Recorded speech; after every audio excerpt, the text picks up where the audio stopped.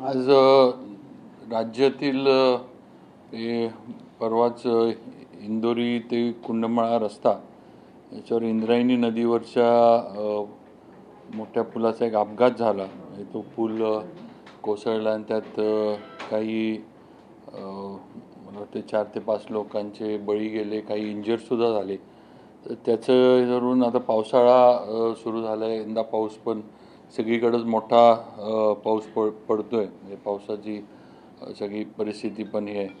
तर त्याच्यात आज एक सगळ्या सीईंना आणि सगळे राज्यातले जे आमचे AC वगैरे आहेत त्या सगळ्यांची एक ऑनलाईन मीटिंग आज इथं आपण केली. आधीसुद्धा आपण खरं म्हणजे मान्सून पूर्व आपण बैठक घेतली होती आणि सगळे स्ट्रक्चरल ऑडिट्स वगैरे बांधकाम विभागाच्या ब्रिजेसचे हे करून घ्यावेत. ज्या ठिकाणी अनेक ठिकाणी 25 वर्षापूर्वीचे ब्रिजेस आहेत, प्रामुख्यानं कोकणात ही पुलांचं बरंचसं हे होतं, कारण कोकणात पाऊस पण कोकणामध्ये मोठा असतो आणि कोकणात पुलांची संख्या पण खरं म्हणजे जरा जास्त आहे इतर आपल्या ह्याच्यापेक्षा.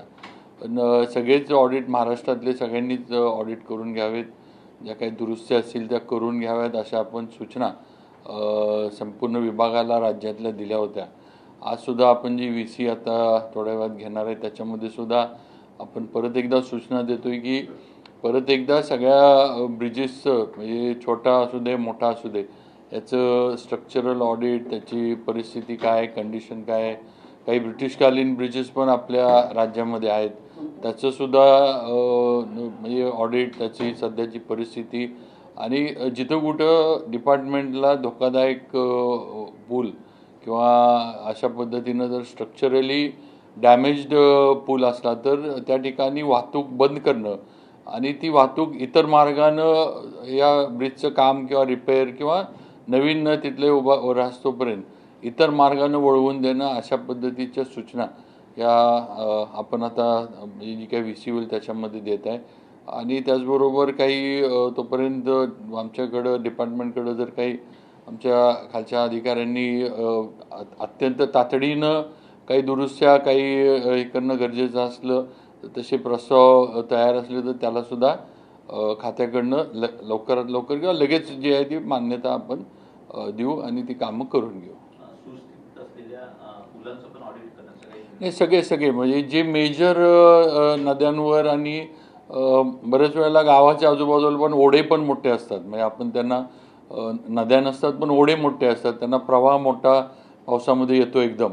आणि त्या ओढ्यांवरनं पण जायला यायला ब्रिजेस छोटे छोटे, ज्याला आपण साको म्हणतो. खरं म्हणजे हे साको आपल्याला पण माहिती आहे की DPDCतनं बांधले जातात, पण हे कार्यान्वित करणारी यंत्रणा PWDची असते आणि मग नंतर हे हँडओव्हर केले जातात अशा पद्धतीने. त्यामुळं जे मेजर नद्या असतील, ब्रिटिशकालीन पूल असतील, त्याचबरोबर गावाच्या जिथं आपले रस्ते वगैरे वाहतूक होती त्या ठिकाणी छोटे पूल जरी ओढ्यांवरचे असेल तर त्याचंसुद्धा जे असेल ते स्ट्रक्चरल ऑडिट, त्याची सगळी पाहणी, त्याचबरोबर खराब असलं तर पहिलं तर वाहतूक बंद करून टाकणं आणि डायव्हर्ट करणं. नुसतं वाहतूक बंद करून पण हे होणार नाही, कारण शेवटी ती वाहतूक कुठनं तरी डायव्हर्ट करून दिली पाहिजे, कारण रोज लोक येणार जाणारी असणार, त्यांचं दैनंदिन रोजचे आहे. त्यामुळे आपल्याला सुद्धा पर्यायी त्यांना वाहतूक उपलब्ध करून मग ह्याच्यावरची वाहतूक जी आहे ती आपल्याला थांबवायला लागेल आणि रिपेअर करायला लागते. जुने जे काही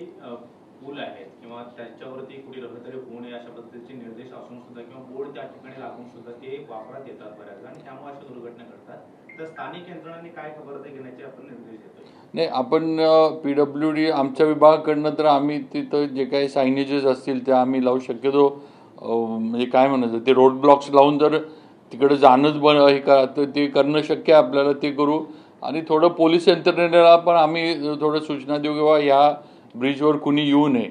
आणि आलं तर म्हणजे आता जसं हे झालं किंवा पाणी आले म्हणून आपण बघायला जातो. आता एक आपल्याला थोडं हे असतं की पाऊस मोठा झाला, आपल्या गावाच्या आजूबाजूला नदीला पाणी आलं. आता माझंच उदाहरण, मी साताऱ्यात राहतो. आमच्या इथं कृष्णा नदीला पाणी आलं की आम्ही तिकडं आवर्जून बघायला जातो. हे सगळेच लोक बघायला जातात की कृष्णेला पाणी एवढं मोठं आलेलं आहे म्हटल्यावर. हे होतं. पण थोडं त्या दृष्टीनं पोलिसांना पण आम्ही डिपार्टमेंटकडनं जिथं जिथं हे ब्रिजेस असे आयडेंटिफाय होतील किंवा हे स्ट्रक्चरली डॅमेज्ड आहेत किंवा उद्याच्या पावसामध्ये याला धोका होऊ शकतो, तर आम्ही पोलीस डिपार्टमेंटना पण त्या ठिकाणी लेखी सूचना देऊ किंवा ह्याच्यावर थोडं पोलिसांनी पण तिथं थोडं लक्ष ठेवावं किंवा कोण तिथं येत नाही आहे किंवा गर्दी करत नाहीत किंवा वाहनं म्हणजे बंद केलं तरी वाहनं त्याच्यावरनं नेत नाही आहेत वगैरे, आणि थोडी कार्यवाही पोलिसांनी पण केली तर जरा एक भीती सगळ्यांमध्ये राहते किंवा पूल बंद केला तर तो वापरायचा नाही. हा जो पूल पडला होता त्या संदर्भात आधी काय माहिती आली का, म्हणजे पूल पडण्याचं कारण नेमकं काय आणि त्यामधून त्याचं मेंटेनन्स वारंवार केलं जात होतं का, स्ट्रक्चरल ऑडिट केलं गेलं होतं का यापूर्वी? नाही, आता हा पूल जो आहे हा पूल ॲक्च्युली PWDनं हे करून हस्तांतर केलेला होता, त्यामुळं आपल्याकडं काय त्याचं आत्ता तरी पण एक आहे की त्याच्यावर एक काम मंजूर होतं जे खरं म्हणजे सुरू व्हायला पाहिजे होतं पण ते झालं नाही, तेव्हा आम्ही त्याचं थोडी आता सगळं हे मागवलं आहे किंवा हे काम वेळेत का झालं नाही किंवा काम सुरू व्हायला का दिरंगाई झाली, या सगळ्याची माहिती आम्ही हे करायला ECS मॅडमना पण मी बोललो आहे आणि संबंधित पुण्याचा आपला जो विभाग आहे PWDचा त्यांच्याकडनं आम्ही ती माहिती मागवतो किंवा ह्याला निधी दिला गेला होता मग ते काम वेळेमध्ये का झालं नाही ह्याचं घेऊन मग त्याच्यावर जे काय आमच्या पुढे येईल त्या दृष्टीनं आम्ही पुढची कार्यवाही नक्की करू.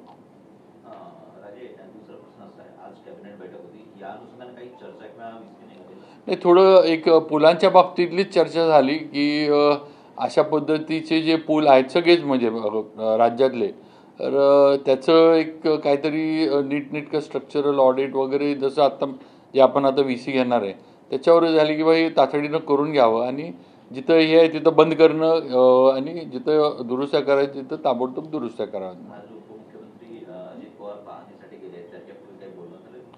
नाही, दादांशी ह्या विषयावर असं आज कॅबिनेटमध्ये नाही पण एक जनरल चर्चा कॅबिनेटमध्ये नक्की झाली किंवा ही परवाची जी घटना घडली त्याचा धरून किंवा असे प्रकार होऊ नयेत आणि कुठलेही म्हणजे भले PWDचा पूल असू दे, तो आता हा ग्रामीण मार्ग आहे त्याच्यावरचा पूल असू दे, कुठलेही असू दे, शेवटी राज्यात आपल्या रस्ते आहेत, आपण सगळ्यांची जबाबदारी आहे, त्यामुळं असं होऊ नये म्हणून सगळ्या याच्यावर थोडं आम्ही पण PWDकडनं लक्ष जास्त आम्ही जे आहे ते ठेवत आहे. राजा, आता तुम्हीच सांगितलं की यावरती एक काम होणार होतं, त्याचा प्रस्ताव देखील पास झाला होता, परंतु ते काम त्वरित सुरू करण्यात नाही आलं.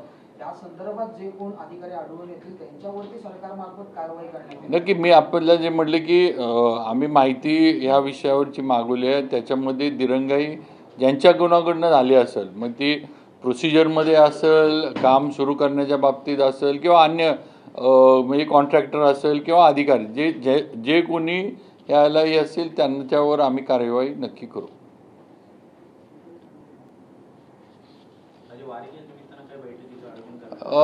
वारीच्या निमित्ताने एकतर आपल्याला सर्व ज्या आपल्या दिंड्या ज्या आहेत 10 मानाच्या दिंड्या आणि त्यांना जे मी कालच माझं हे दिलं होतं एक छोटी क्लिप साताऱ्यातनं, त्यांना टोल माफीचा निर्णय मुख्यमंत्र्यांच्या आदेशानं घेण्यात आलेला आहे, त्याचा GR पण झाला आहे आणि ह्या सगळ्या दिंड्या आणि त्यांच्याबरोबर असणारी वाहनं हे मग तंबू वगैरे असणारी ते असू दे, जेवण करणारे असू दे, जे कोणी असतात सगळ्यांना हे लागू आहे. त्याचबरोबर थोडं आपण ॲम्ब्युलन्स, क्रेन वगैरे ह्या गोष्टी ज्या लागतील त्या पण आपण उपलब्ध करून आपल्या जे मार्गावर जिकडं आहे तिथे करतो आहे. काही ठिकाणी आता हे मधल्या पावसामुळे वगैरे थोडे रस्ते खराब झालेले जे आहेत त्याची डागडुजी करणं, खड्डे वगैरे भरून म्हणजे लोकांना चालताना वगैरे कुठं काही हे होऊ नये अशा पद्धतीनं त्याचं पण आपण सूचना दिलेल्या आहेत आणि त्याचा पण आपण परत आढावा घेतो आहे.